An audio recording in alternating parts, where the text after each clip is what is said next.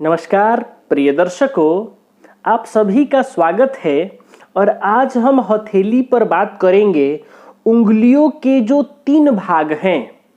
हमारे हथेली में प्रत्येक उंगलियों के 3 भाग हैं जिनको पोरुआ या पर्व कहते हैं।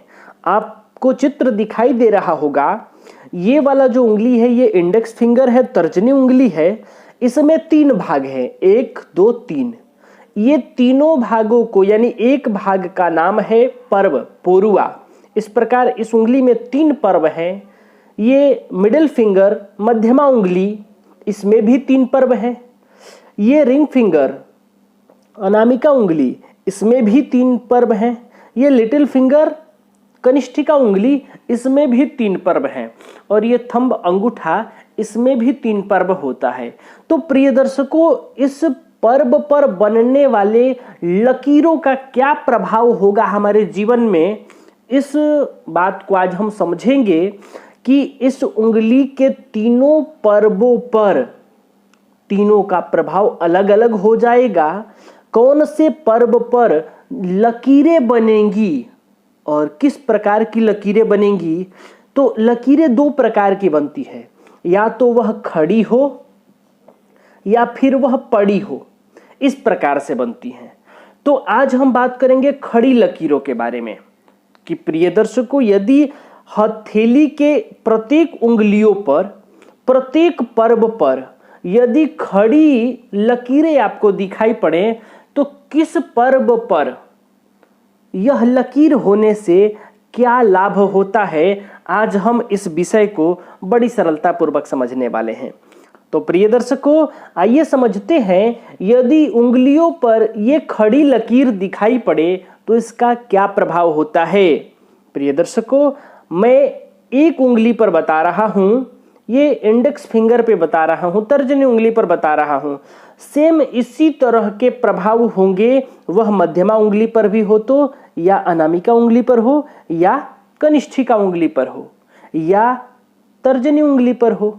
यानी उंगलियों पर इसी प्रकार के चिन्ह होने से प्रभाव सेम होंगे, रिजल्ट सेम होगा। अब आप देख लीजिए कि आपके किस उंगली पर है कि नहीं। और ये जो खड़ी लकीर है ये उंगलियों पर नहीं, उंगलियों में भी 3 भाग जिनका नाम पोरुआ है, पर्व है, तीनों ही भागों को पर्व कहते हैं। तो आप देख लीजिए कि प्रथम पर्व पर है, द्वितीय पर्व पर है या तृतीय पर्व पर है। इनका आप विभाजन इस प्रकार से कर सकते हैं, ये पहला, ये दूसरा, ये तीसरा। इस प्रकार ये पहला, ये दूसरा, ये तीसरा पर्व, ये पहला, ये दूसरा और ये तीसरा पर्व। इसी प्रकार ये पहला, ये दूसरा, ये तीसरा है। अब हम समझते हैं, यदि इस वाले प्रथम पर्व पर इस प्रकार की लकीरें आपको दिखाई पड़े, 1 2 3 4, यानी 1 से अधिक हो, 2 हो, 3 हो, 4 हो, तो आप समझिए कि आपको जीवन में विद्या लाभ प्राप्त होने वाला है।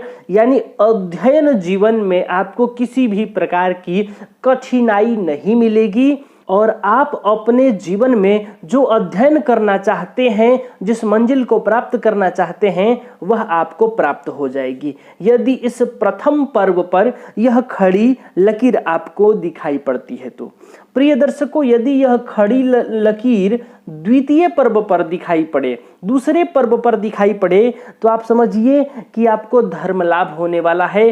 धर्म से आप जुड़ेंगे और आपको भगवान की असीम कृपा प्राप्त होगी। भगवान का आशीर्वाद सदैव आपके साथ बना रहेगा।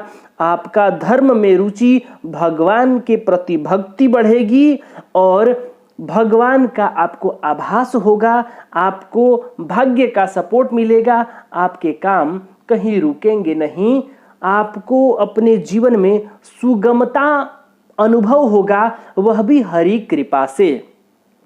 अब प्रिय दर्शकों, यदि यह खड़ी लकीर तृतीय पर्व पर हो, सबसे ऊपर वाले पर्व पर हो, तो आप समझिए कि यह आपके लिए लाभप्रद नहीं है। आपको अपने जीवन में दुख, कष्ट, परेशानियों का सामना करना पड़ेगा। तीसरे पर्व पर यह लकीर जो है यह ज़्यादा उत्तम नहीं कहा गया है। आपको जीवन में अनेकों प्रकार के कष्ट मुसीबतों का सामना करना पड़ेगा। तो आप लोग देख लीजिए कि उंगलियों पर यह लकीर किस पर्व पर है, क्योंकि फिंगर से कोई अंतर नहीं आएगा, अंतर है केवल पर्व से। प्रथम पर्व पर है, द्वितीय पर्व पे है, तृतीय पर्व पे है। हथेली में किसी भी उंगली के सबसे ऊपर वाले पोरुए पर यदि यह लकीर है तो अच्छा रिजल्ट नहीं है, और इसके बाद ये जो 2 पर्व हैं इन पर हो तो आपको धर्म लाभ और विद्या लाभ की प्राप्ति होगी। तो प्रिय दर्शकों, आज के लिए बस इतना ही। तब तक के लिए हमें अनुमति दीजिए। नमस्कार।